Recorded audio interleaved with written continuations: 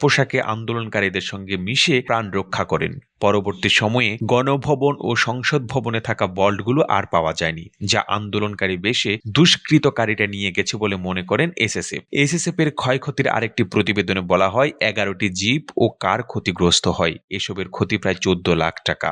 এছাড়া অপারেশনাল সরঞ্জাম যেমন অত্যাধুনিক assault rifle, sniper rifle, flash bang grenade, anti drone gun, anti drone system, বেতার যোগাযোগের ডিভাইস, এসব সরঞ্জাম আদি বাবদ ক্ষতি প্রায় 2,63,00,000 টাকা। আইটি ও গোয়েন্দা সরঞ্জাম আদি বাবদ ক্ষতি প্রায় 1,55,00,000 টাকা।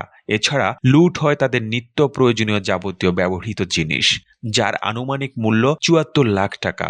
ক্ষয়ক্ষতির আর্থিক হিসাব করে সংস্থাটি বলছে, 5 আগস্টের ঘটনায় এসএসএফের বিভিন্ন অস্ত্র ও দ্রব্য লুট ও ক্ষয়ক্ষতির আর্থিক পরিমাণ 5,28,00,000 টাকা। এদিকে এসব অস্ত্র ও গোলাবারুদ উদ্ধার করতে